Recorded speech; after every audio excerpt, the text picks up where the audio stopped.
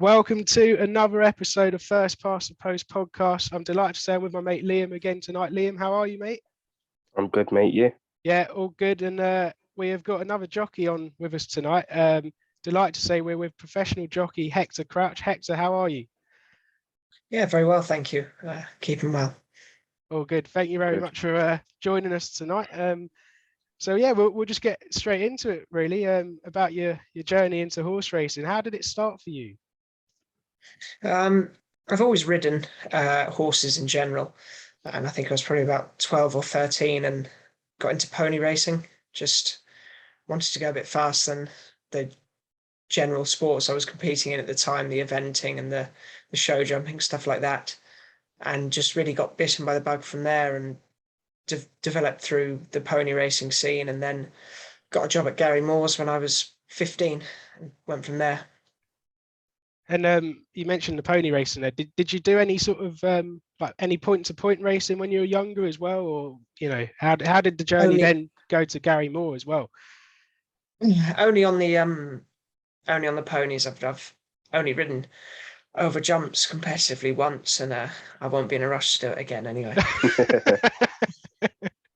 But, just touching on Gary Moore there. Did you how did that opportunity come about to get involved with Gary Moore and etc.? So I was working for ex-jump jockey in a pre-training yard from when I started pony racing, just riding my pony on the weekends, and he was breaking and training a few yearlings for Crimborn Stud, pre-training them to go into Gary Moore's, and he introduced me to Gary and we got organised from there. And was there anyone else when you were younger who sort of gave you opportunities as well?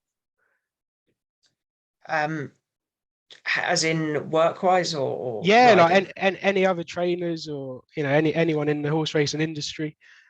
I mean, we used to use Amanda Perrett's gallops all the time with the ponies, but Gary was the first he was my first proper boss, and I still call him boss now. But yeah, he was my first and still is probably my biggest supporter in racing for sure. Would you say he's had the biggest impact on your career? Most definitely. He nurtured my career from the start. I started there as an apprentice, rode all through my claim. He sent me to Dubai for the first time. He's always working behind the scenes, even now with his apprentices, pushing them into new yards and trying to get them more experience in racing. And he's done it with so many people before me, and I'm just lucky to be just one of the few that he nurtured along the way. And you mentioned Dubai there. I mean, as racing, obviously, I mean, you've just come back from Bahrain, haven't you, for the Bahrain International? And I mean, how was that experience, and how sort of exciting is it to get those opportunities that allowed you to go to different countries like Dubai, and allowed you to ride out in these different countries? What's the experience like out there? Yes, obviously it's all well and good competing every day in England, but really every jockey wants to be competing on the biggest stage, and you want to be riding in these big money races is what everyone's grown up watching, and it's certainly a passion of mine that it's where I want to be going in my career. And hopefully, even though we didn't get the result on Friday, it's nice to be there because it's fantastic publicity for you. And obviously, you mentioned your ride there out in Bahrain. I mean, what sort of what's the atmosphere like out there for sort of a race which is now regarded as got moved to a Group 3? Is it do you get the same enjoyment and vibes that you get over in England, or is it just totally different atmosphere out in Bahrain?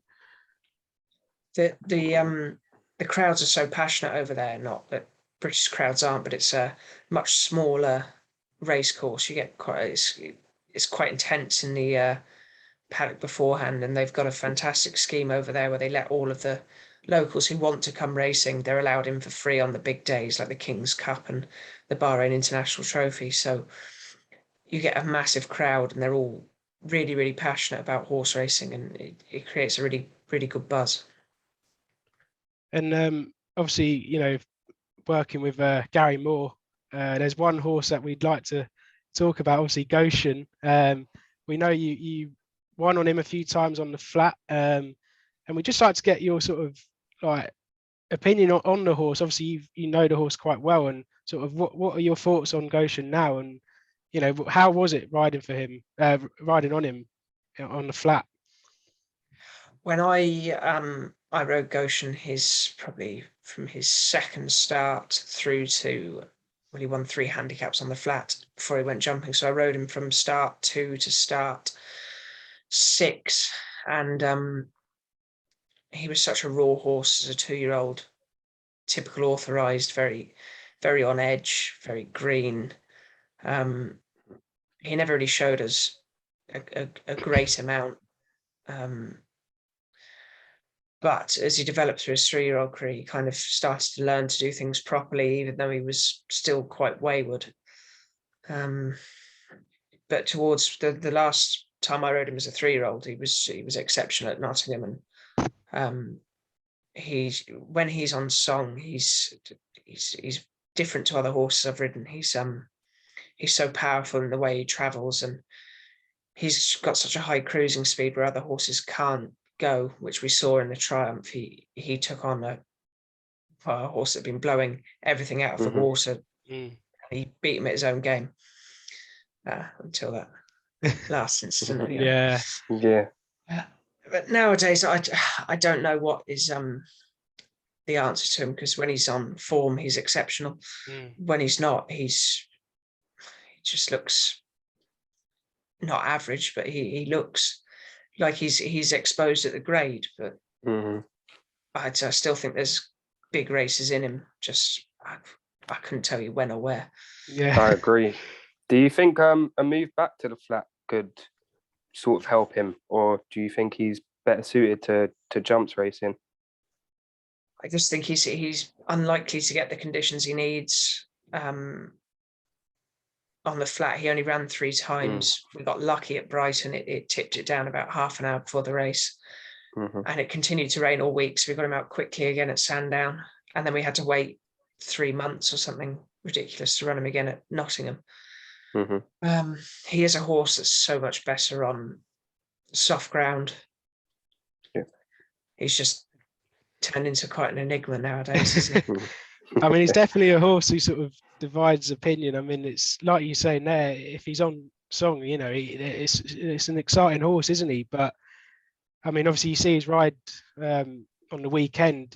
I thought he did quite well, but obviously had nothing really left in the finish. But I mean, yeah, it's definitely interesting to see what he can do going forwards now, don't you think? Yeah, exactly. I mean, it was a different test to what he's ever experienced before last time. He's never run over that trip. The ground would probably been on the quick side for him, whereas it would have played into the hands of a horse like Buzz, who was no slouch on the flat at all. He was probably when he switched over rated higher than, well, he is rated higher than Goshen on the flat. But yeah, I hope for the whole team at Gary's that and especially the owners as well, they're fantastic people, and I just hope he can win a big one. Definitely. And obviously moving forward into your career, I mean, what would you say was your sort of your biggest win you've had so far? Well, that was this year at Royal Ascot for sure. Surefire in the King George V handicap. Yeah, by far my biggest winner, and it's definitely most satisfying one anyway. And obviously that was for Juddmonte. And that, am I right in saying that was your first winner for them? Second. I won on the horse 10 days earlier at Leicester. That was my first, and then that was my second winner. I mean, how must that feel, sort of, you know, getting the opportunity to ride for, you know, what arguably the biggest sort of, you know, racing, you know, Juddmonte. I mean, obviously you ride for Godolphin a lot as well. I mean, how did that opportunity come about, and you know, how exciting is it every time you get that chance to ride a horse from Juddmonte and Godolphin? Yes, it's a massive honour. It's certainly been. I've been very fortunate with how things have fallen for me, with Godolphin and with Mr. Beckett this year. I've ridden for Saeed since I was claiming 7, on and off, and I just got very lucky. I won on a few horses, and I kept the riders over the winter, and they kept progressing and kept winning. And then I've been very lucky to win on some very nice horses in their early days, the likes of Military March, etc. And I mean, we've got a very good strike rate together, so it's just, I've always been fortunate to be getting on the right horses on the right day for that operation. So thankfully they keep coming back and using me. I know you mentioned Military March there. Who would you actually say is the best horse you've ridden, maybe on the race course or at home, or who would you say is actually the best racehorse you've ridden? Sorry. Military March definitely has probably had the most potential. I mean, I rode him a lot this year in Dubai before his run in the Singspiel, and his work was very, very good. But I'd have to say probably on ratings or even just for raw talent, I'd have to say Lamato. I used to ride out for Henry Candy when I was claiming, and he let me have a set on him a few times to gallop him. He's probably the best I've ridden. And just following on from that, a question we always like to ask our jockeys we get on: what horse from the present and from the past would you like to have ridden? Like, so one from the present, one from the past. We always like to hear what jockeys have to say about this one. A horse I'd like to ride from this year would probably be Caribus, the juvenile of Charlie Appleby's. I was upsides him in the Royal Lodge, and he was absolutely pulling double with William. He just looked, even in a field of high quality horses, he looked different class down at the start. I don't envy William having to try and choose between them next year anyway. Between him and Native Trail, because that's I'd like to be in James Dawes' position anyway, rather than Williams trying to pick them. But no, I think he could be something very special, which is saying something considering that the armory that operation has. I wouldn't mind having a go on him. and one horse from the past you would have enjoyed to have a go at? I mean, Frankel was probably the first. He kind of, my real interest in racing was around that time that he was peerless. But from watching replays, I think probably See the Stars, he was just exceptionally tough, and he looked so straightforwards and uncomplicated in how he was ridden, and everything looked effortless to him. He was probably a jockey's dream, whereas Frankel was a little bit hard, a little bit tougher to manage. So I'd probably go See the Stars. Brilliant, yeah. And we'd like to sort of, ask about, fellow jockeys. Who do you sort of get on with the most? Is there anyone that you would say is your sort of your best mate in racing, or what jockeys are sort of the best to get on with, you reckon? I've been very lucky. We've kind of, there's a bunch of lads kind of all come through growing up together and riding together. Myself, Kieran Schumacher, Rob Hornby, Machine. We've all we started out in the same years and have come through together. So we sit next to each other in the weighing room. It's a fairly even match between everyone. It's it's a very good corner of the weighing room we've got nowadays. And just talking about the start of your career there, do you remember your actual first winner you rode, and who was it? I won on a horse called Whinging Willie round Newbury in a 1.5 mile apprentice handicap, I think. That was my first winner. It was about a year after my first ride, so it took me a while. I mean, that must have been some feeling to finally get your first winner. Yeah, it was something that it had become quite frustrating that I hadn't ridden a winner. I felt I should have been doing better than I was. just through more self-belief than anything.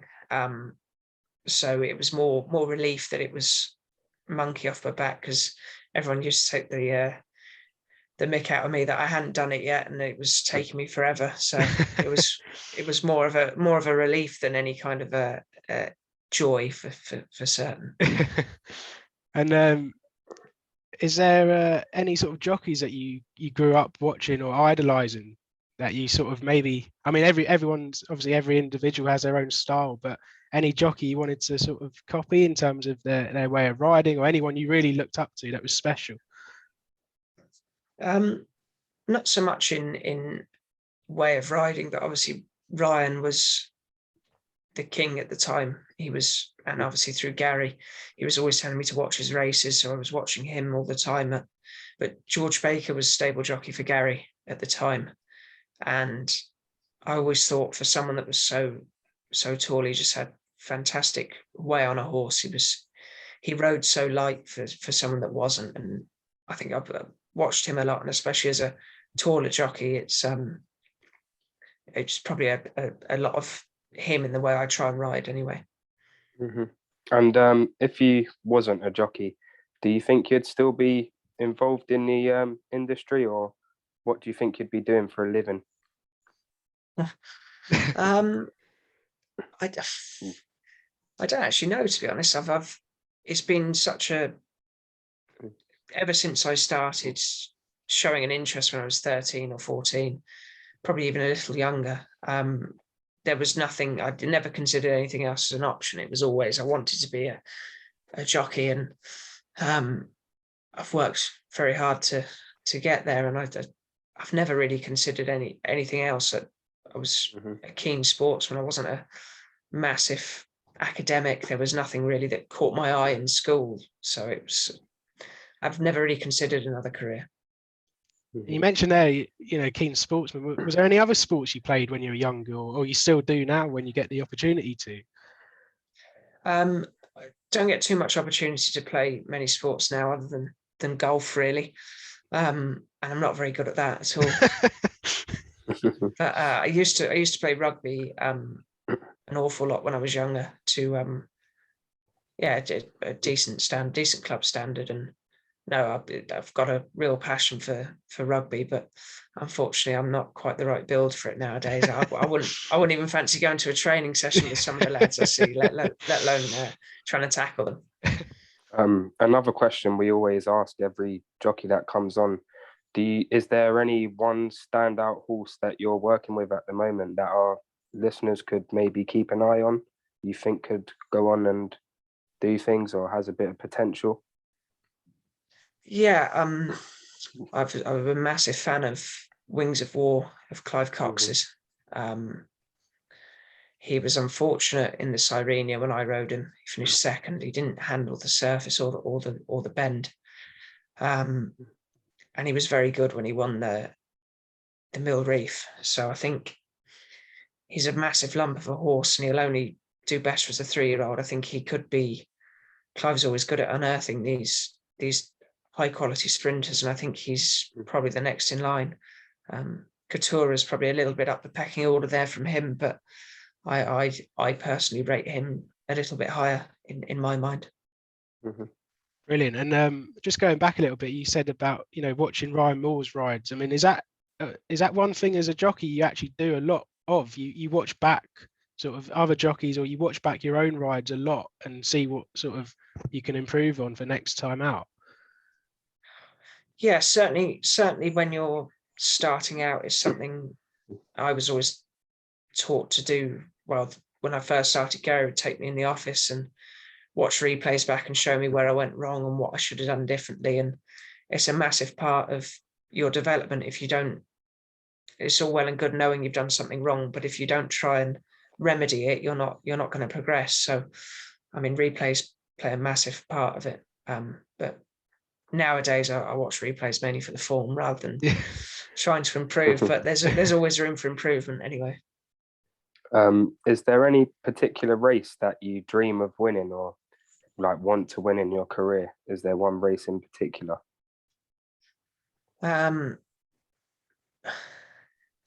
I mean, obviously, there's you just want to win any of the English classics. It's Yeah.